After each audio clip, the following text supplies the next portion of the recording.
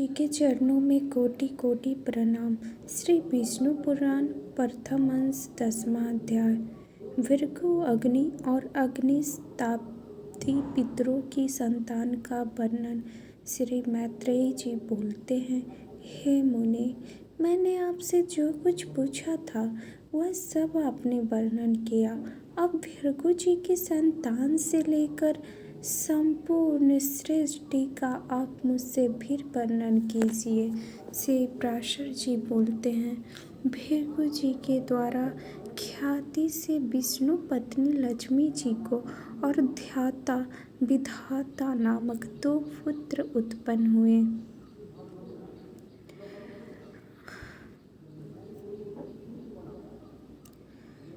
महात्मा मेरु की आयति और नियति नामनी कन्या धाता और विधाता की स्त्रियां थीं।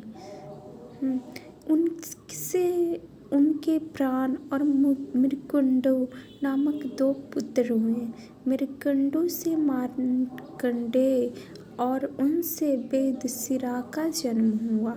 अब प्राण की संतान का वर्णन सुनो।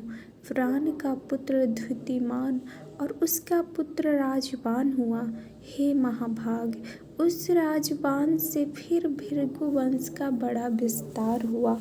मरीचि की पत्नी संभूति ने पौर्णमास को उत्पन्न किया। उस महात्मा के बिरजा और पर्वत 2 पुत्र थे। हे द्विज, उनके वंश का वर्णन करते समय मैं उन दोनों की संतान का वर्णन करूँगा। अंगारी की पत्नी स्मृति थी।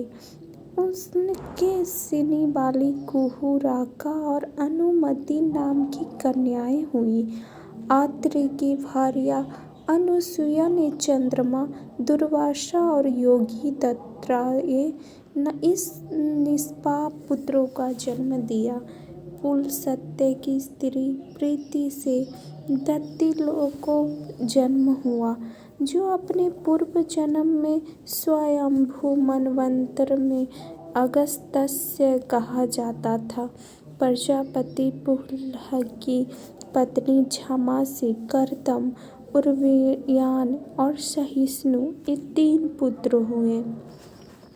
क्रुद्ध की संतति नामक भार्या ने अंगूठे के पोरुओं के समान शरीर वाले तथा प्रखर सूर्य के समान तेजस्वी बाल खिल्यादि 60,000 ऊर्ध्वरेता मुनियों को जन्म दिया।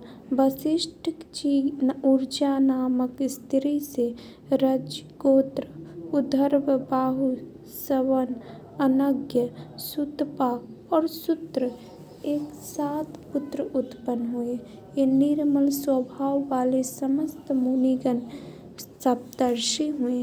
हे द्विज, अग्नि का अभिमानी देव, जो ब्रह्मा जी का ज्येष्ठ पुत्र है, उसके द्वारा स्वाहा नामक पत्नी से अति तेजस्वी, पावक, पावमान एवं जल को भक्षण करने वाला शुचि ये 3 पुत्र हुए। इन तीनों के प्रत्येक के 15-15 पुत्र के कर्म से 45 संतानें हुई। पिता अग्नि और उसके 3 पुत्रों मिलाकर ये सब अग्नि ही कहलाते हैं। इस प्रकार कुल 49 अग्नि कहे गए हैं। हे द्विज, ब्रह्मा जी द्वारा रचे गए जिन अग्निक, अग्निष्ठ, वाता और साग्निक, बहिर्षद आदि पितरों के विषय में तुमने से कहा था, उनके द्वारा स्वधा ने मीना और धारिणी नामक 2 कन्याएं उत्पन्न की।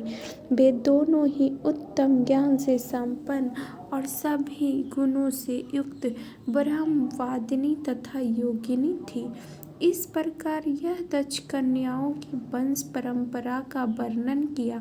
जो कोई श्रद्धापूर्वक इसका स्मरण करता है वह निसंतान नहीं रहता। इति विष्णु पुराणे प्रथम अंशे 10वां अध्याय। यह विष्णु पुराण प्रथम अंश का 10वां अध्याय था।